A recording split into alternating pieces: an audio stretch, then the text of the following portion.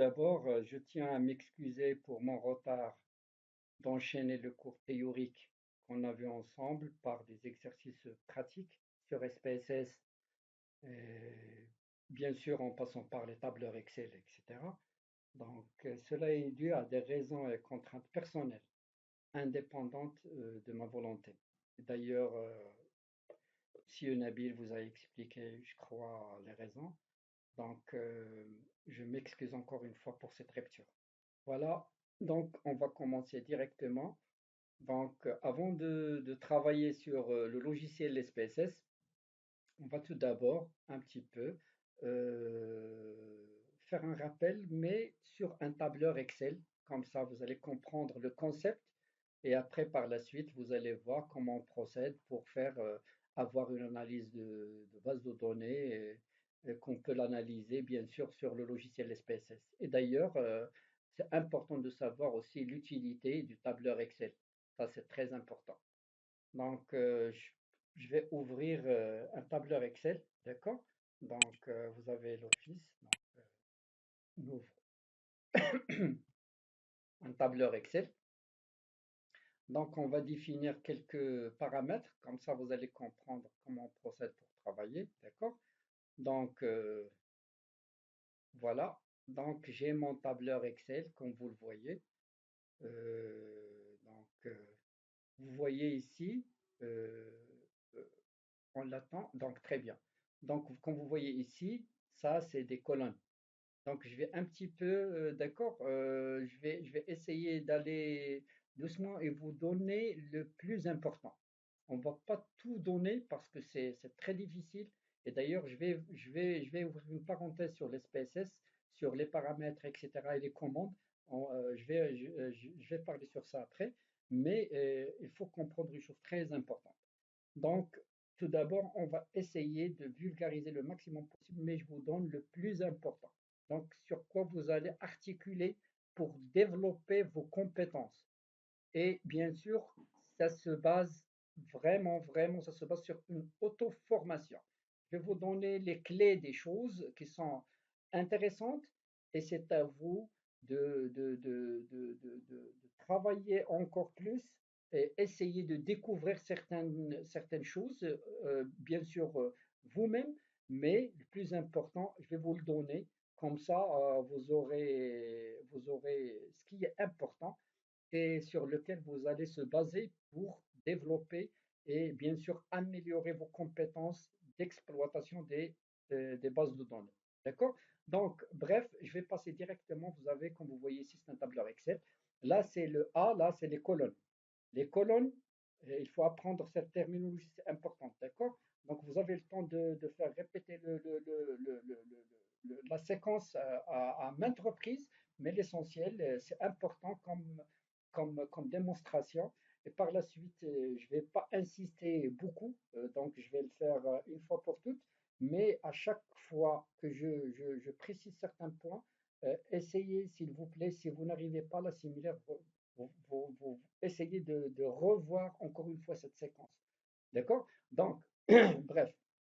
Donc là, comme vous voyez, c'est les colonnes. C'est les colonnes, ce qu'on appelle les variables. D'accord? Et là, un, 2, 3, 4, 5, c'est les observations, c'est des lignes. Donc, c'est les cas. D'accord? Comme vous voyez ici, c'est les lignes. Un, 2, 3, 4, 5, etc. Et là, c'est les variables. D'accord? Donc, dans un premier temps, vous avez vos bases de données, ou plutôt, si je vous dis, par exemple, vous avez fait, par exemple, un questionnaire, une enquête, par exemple, et vous voulez, sur papier, vous voulez l'informatiser. Donc, dans un premier temps, qu'est-ce que vous devez faire? Vous devez préparer ce qu'on appelle un masque de saisie. Qu'est-ce que ça veut dire un masque de saisie? Ça veut dire que toutes les variables que vous avez dans le questionnaire, il faut l'écrire dans la première ligne de tableur Excel. Par exemple, j'ai par exemple euh, le numéro du cas. Je vais l'écrire comme ça, numéro du cas. D'accord? Très bien. Donc, par la suite, je vais écrire, par exemple, nom. Par la suite, âge. Par la suite, situation familiale. Situation familiale. Familiale. Donc, tout ça, toute variable ou toute question ou n'importe quel paramètre, il faut, dans votre questionnaire, il faut l'écrire dans la ligne. D'accord? Comme vous voyez ici, donc un petit peu, je vais vous faire montrer quelques astuces de tableur Excel. Là, vous voyez que les colonnes sont régulières en termes de largeur. Donc, si vous voulez l'adapter selon le texte, essayez de placer le curseur. Comme vous voyez, regardez, le curseur a plusieurs formes. Là, lorsque vous avez cette forme du noir, regardez. Voilà. Donc, je fais double clic. Là, il prend la forme de l'écriture qui est dans la première cellule. Ça s'appelle une cellule. Vous voyez, ça, c'est une cellule. D'accord? Donc, automatiquement, si je veux, par exemple, familial, situation familiale, il sort dans l'autre colonne. Non, il ne sort pas dans l'autre cellule à côté. Mais juste, c'est une largeur régulière de la colonne. Donc, si je veux l'adapter avec l'écriture du texte, je maintiens, regardez, je mets mon curseur entre les deux colonnes et voilà, double clic et il prend la forme de cette écriture. Bien sûr, on peut faire par exemple comme ça, euh, euh, justifier en haut et en bas, son trait par exemple, le mettre en gras. D'accord? Prendre par exemple une écriture que vous voulez, une taille d'écriture que vous choisissez. D'accord? Regardez, maintenant, mon masque de saisie, je peux le colorer même. Donc, vous pouvez avoir plusieurs variables, une centaine de variables. L'Excel est là. Il a un nombre de variables qui est très important. Donc, vous ne vous en faites pas. Toute variable écrite dans votre questionnaire, il faut le mentionner dans la première ligne. D'accord? Donc là, je peux, par exemple, lorsque je veux commencer à saisir, donc je vais peut-être, donc je vais colorer ça comme ça. Euh, Par la suite, je peux, par exemple, choisir, sélectionner tout le tableur Excel et choisir ici toutes les bordures. Comme ça, je peux avoir mon tableau, etc. Donc, c'est le output. Donc, c'est une interface que vous voulez la rendre agréable pour saisir vos données d'une manière simple. D'accord? Donc, un autre point important, je vais vous l'ajouter. Donc, au fur et à mesure que vous saisissez, lorsque vous arrivez ici, par exemple, à l'observation. Regardez ça, c'est une observation, comme j'ai dit tout à l'heure, c'est des lignes. Là, c'est des variables. Donc, la variable, cette variable, etc. Donc, lorsque j'arrive à l'observation 28, regardez, donc je continue à faire la saisie. Voilà mon masque de saisie où mes variables ils n'apparaissent pas. Donc, à chaque fois, si j'ai beaucoup de variables, à chaque fois, je dois remonter pour voir. Et imaginez, vous avez des centaines de cas. Donc, à chaque fois, je remonte. Donc, il y a une solution pour ça.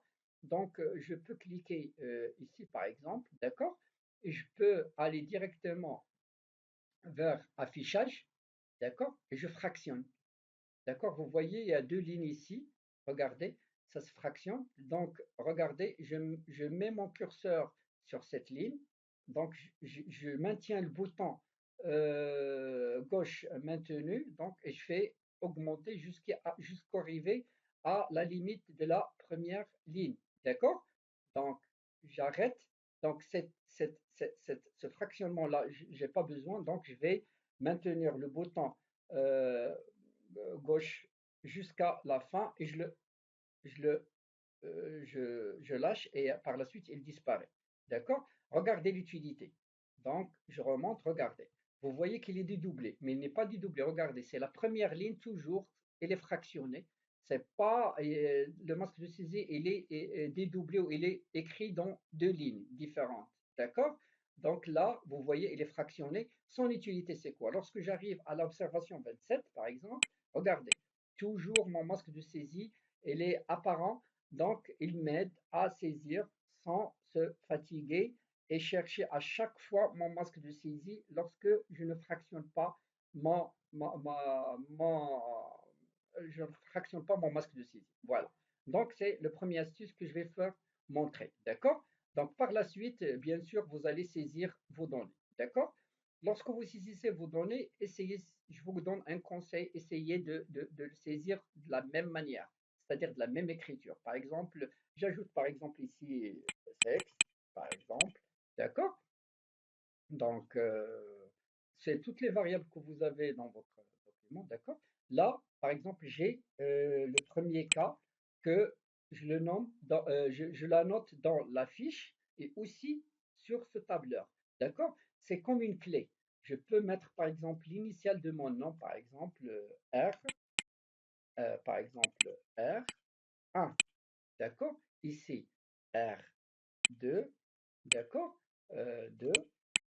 Après R, 3, etc.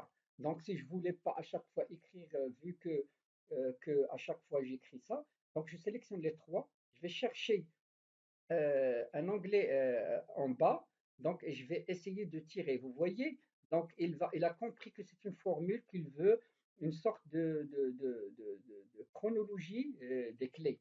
D'accord? Vous voyez? Donc il va l'écrire R1, R2, etc. jusqu'à où je veux arriver. À chaque fois, je sélectionne deux ou trois cellules. Par la suite, je vais tirer par cet onglet et bien sûr, il va comprendre que je voulais mettre en chronologie cette clé. Cette clé, euh, importante pour une raison. Elle est importante parce que si jamais j'ai une centaine de cas et si jamais j'ai une faute de frappe et je voulais revérifier si j'ai bien saisi, donc je ne peux pas vérifier par les noms ou les âges ou le sexe, etc. Donc je dois vérifier par le numéro du cas. Ce numéro du cas, c'est comme une clé. Et cette clé, bien sûr, lorsque j'écris R1 ici, donc, je dois mentionner dans un coin, dans la feuille, d'accord, de mon questionnaire R1. Je sais très bien si jamais je classe mes questionnaires par la suite lorsque j'aurai informatisé mes données sur le tableur Excel.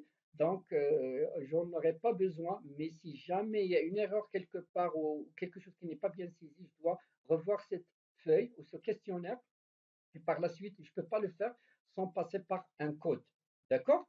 Ce code-là, c'est important de le mentionner dans la feuille, bien sûr, dans le masque de saisie. Donc ici, c'est bien sûr, on va écrire bien sûr les noms, les âges. Bien sûr, ici, les âges. Je vais parler un petit peu sur les âges. Ça, c'est très important. Vous voyez que je passe sur des choses qui sont, comment dirais-je, c'est une plateforme sur laquelle on se base pour faire plusieurs analyses après. Vous allez voir l'utilité de faire une base de données qui est cohérente et bien saisie. D'accord? Donc, les âges, par exemple, selon les études, parce que chacun de vous a des études qui répondent à des objectifs spécifiques, bien sûr.